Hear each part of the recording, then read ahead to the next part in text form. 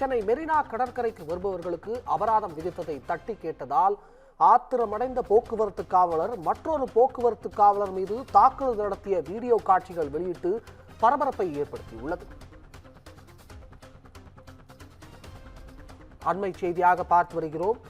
சென்னை மெரினா கடற்கரைக்கு வருபவர்களுக்கு அபராதம் விதித்ததை தட்டி கேட்டதால் ஆத்திரமடைந்த போக்குவரத்து காவலர் ஒருவர் மற்றொரு போக்குவரத்து காவலர் மீது தாக்குதல் நடத்திய வீடியோ காட்சிகள் வெளியீடு செய்து பரபரப்பு ஏற்பட்டுள்ளது.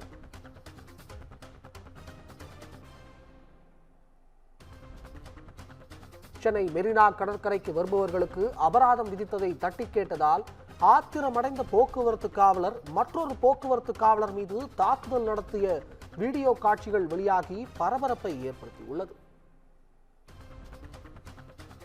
இது குறித்து கூடுதல் விவரங்களை வழங்குவதற்காக நம்முடைய செய்தியாளர் சுப்பிரமணியன் இணைந்திருக்கிறார். வணக்கம் சுப்பிரமணியன். போக்குவரத்து காவலர் இன்னொரு போக்குவரத்து காவலரை மீது சண்டையிடுற மாதிரி ஒரு காட்சிகள் வெளியாகி இருக்கு. இதை பற்றி கூடுதல் விவரங்கள் சுப்பிரமணியன். மெரினா கடற்கரைக்கு வருபவர்களுக்கு அபராதம் விதித்ததை தட்டி கேட்டதால் ஆத்திரத்தில் போக்குவரத்து காவலர் மற்றொரு காவலர் மீது தாக்குதல் நடத்தக்கூடிய வீடியோ காட்சி வெளியாகி அதிர்ச்சியை ஏற்படுத்தியிருக்கிறது. மெரினா கடற்கரை நீச்சல் குளம் அருகே இந்த சம்பவம் நிகழ்ந்திருக்கிறது. அங்கு பார்க்கிங் பகுதி இருக்கிறது. அந்த பார்க்கிங் பகுதியில் நிற்கும் இருசக்கர வாகனங்கள் மற்றும் அந்த வழியாக வந்த இருசக்கர வாகனங்களுக்கு போக்குவரத்து காவலர் அபராதம் விதித்திருக்கிறார்.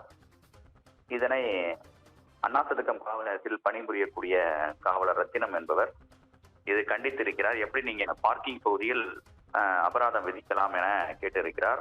அது மட்டுமில்லாமல் போக்குவரத்து உதவி ஆய்வாளர் தான் மிஷினை வைத்து அபராதம் விதிக்கக்கூடிய நடைமுறையை பின்பற்றுவார். ஆனால் இந்த அபராதத்தை விதித்தவர் போக்குவரத்து காவலர் என்பது தெரிய வந்திருக்கிறது.